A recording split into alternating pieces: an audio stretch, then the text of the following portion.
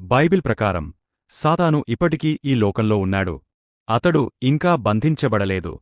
ప్రజలను వెలుగు నుండి దూరం చేయడానికి మోసాన్ని ఉపయోగస్తూ అతడు నిశ్శబ్దంగా సంచరిస్తూనే ఉన్నాడు. కాని చాలా తక్కువ మందికి తెలిసిన విషయమేమిటంటే లూసిఫర్ స్వేచ్ఛకు అంతం ఇప్పటికే నిర్ణయించబడింది. ప్రకటన గ్రంథంలో ఒక శక్తివంతమైన ప్రవచనం బయలుపరచబడింది.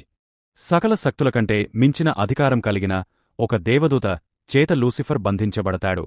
నిర్ణయించిన సమయం వచ్చినప్పుడు ఒక చేతిలో పెద్ద గొలుసు, మరొక చేతిలో అగాధపు తాళపు చెవి పట్టుకుని ఆ దూత పరలోకం నుండి దిగవస్తాడు. లూసిఫర్ ఎంత శక్తిమంతుడైనప్పటికీ, అతని బలం ఎంత గొప్పదైనప్పటికీ, ఆ సమయం వచ్చినప్పుడు అతని ప్రతిఘటన అంతా వ్యర్థమైపోతుంది. అతడు తన అత్యంత భయంకరమైన 7 తలల ఘటసర్పము రూపంలో కనిపించినప్పటికీ అతడు నిస్సహాయుడై లొంగపోక తప్పదు. ఆ దూత అతన్ని పట్టుకొని బంధించి అగాధంలో పడవేస్తాడు. ద్వారాన్ని గట్టిగా మూసివేసి తాళం వేసి దానిపై ముద్ర వేయబడుతుంది. కీడు బలహీనమైనదని కాదు, కాని సృష్టికర్తను ఎదిరించడానికి సాహసించినప్పుడు అది తన హద్దులు దాటుతుంది కాబట్టి అది జయించబడుతుంది. దీనిలో మనకు ఒక స్పష్టమైన పాఠముంది. చీకటిని చూసి భయపడుతూ మీరు ఎవరి పక్షాన నిలబడ్డారో మర్చిపోవద్దు. నిజమైన బలం ఆర్భాటం చేసే చీకటిలో లేదు, కాని స్థిరమైన మరియు నిశ్చలమైన విశ్వాసంలో ఉంది.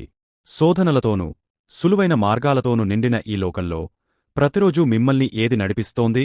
నా మటుకు నేను దేవుని యందు నమ్మిక ఉంచాలని నిర్ణయించుకున్నాను. మీరు కూడా ఏకీభవిస్తే ఆమేనని కామెంట్ చేయండి.